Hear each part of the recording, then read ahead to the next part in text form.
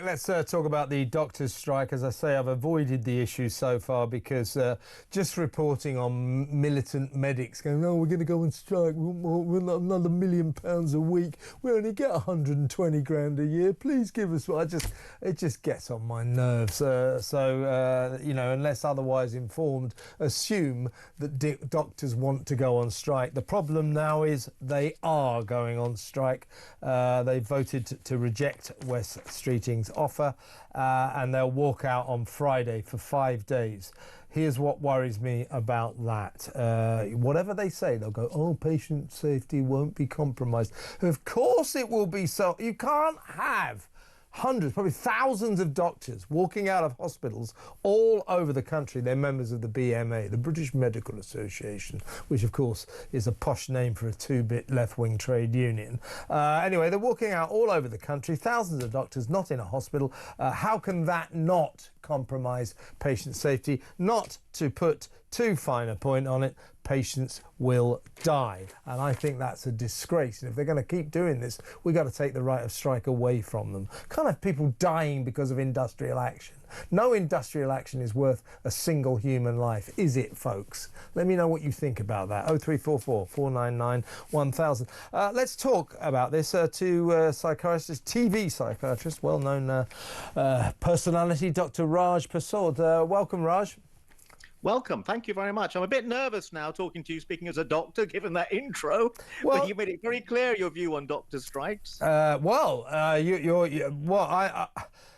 against them. I'll be honest with you. I'm against them. I won't hear it when doctors say, "Oh, the fact that thousands of us are walking out, so thousands of us won't be in hospitals tending to patients." I won't hear it when they say that our walkout, our strike does not compromise patient safety. It just does, doesn't it? Obviously.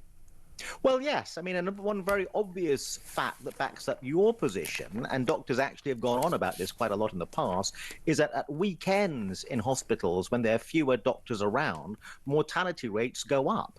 And that, oddly enough, was part of the campaign of doctors to have more doctors on at weekends. If mortality rates go up because there are fewer doctors around at a weekend, which is just 2 days, imagine what happens if they're not around for many more days than that.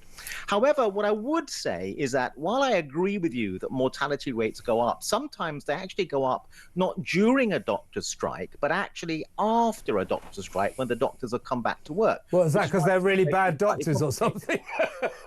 Well, I'll come back to that in a minute. The data on what happens to mortality rates, because people have examined this research-wise in doctor strikes all around the world, because maybe regrettably, doctors have had a tendency to go on strike a little bit more often all around the world. But what we think is happening is actually the mortality rate goes up more dramatically many months after the doctor strike, when the doctors have gone back to work, because you would have gone to your doctor. Let's say you had a mole or something that needed looking at, and because there was a doctor strike, you never got seen. Right. And then, 6 months later, some horrible cancer. So it's a knock-on effect. Knock-on effect. Yeah, interesting. The knock-on effect that I think is actually a bit hidden and obscured. Oddly enough, sometimes during a doctor strike itself, and please don't take this the wrong way, mortality rates go down. That's kind of counterintuitive, isn't it? I know. Well, I'll tell you one of the reasons they go down, he says somewhat defensively, which is that the main thing that happens during a doctor's strike is emergency care and casualty and A&E departments carries on, right? Right. But elective surgery stops, okay? Now, what we've discovered, somewhat to doctor's surprise, is elective surgery is a hell of a lot more dangerous than we thought it was. I see what you're saying. There's a mortality rate associated with surgical intervention.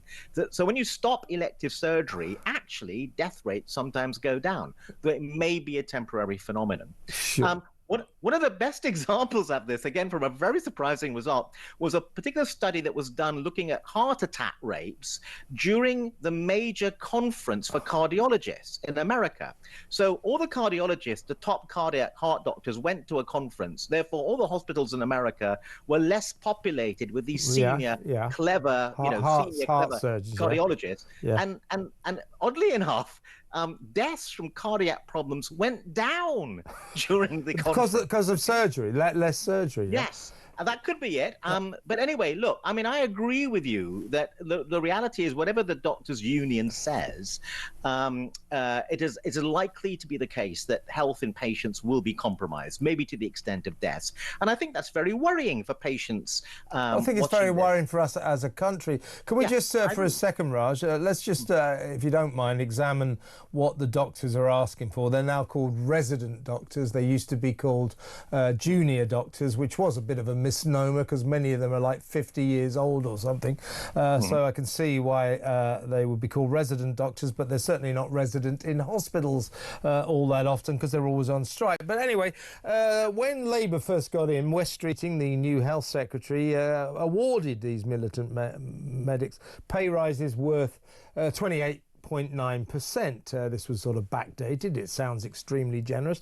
Now, these aren't, as a result of that, these are people who can easily earn £100,000 a year or more, but that's not enough. They are now going back on strike, demanding 29.2% more, another 29% pay rise. They say they need the increase to reverse the pay erosion since 2008. Poor old Wes Streeting says they are showing complete disdain for patients. My point, or my question to you is, you got 28.9% a year or so ago. Now you want another 29%.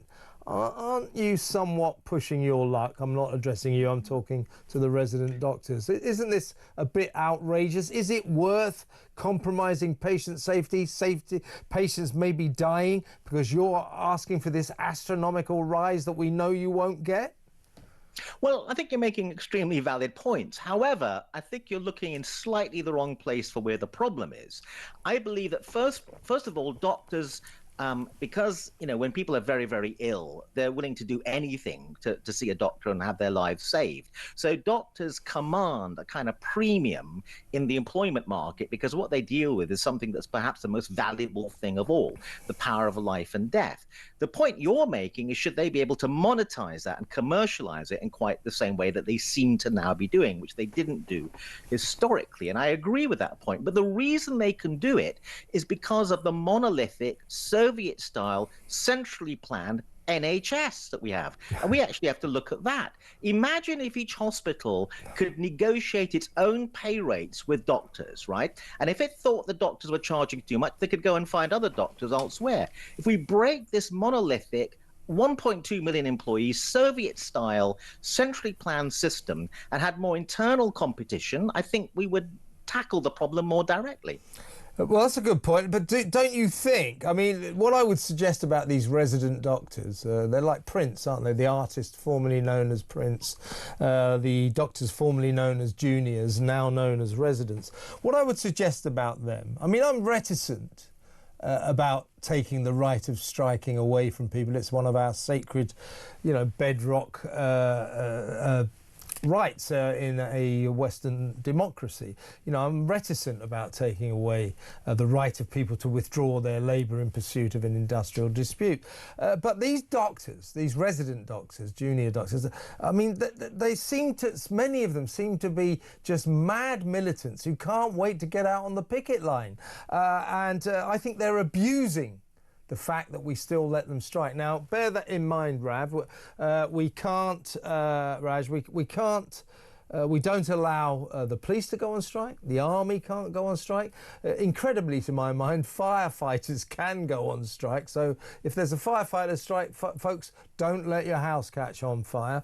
I would suggest maybe they shouldn't be allowed to go on strike. But if these doctors are going to carry on doing this with monotonous, tragic, lethal regularity, then maybe we are going to have to take the right of strike away from them.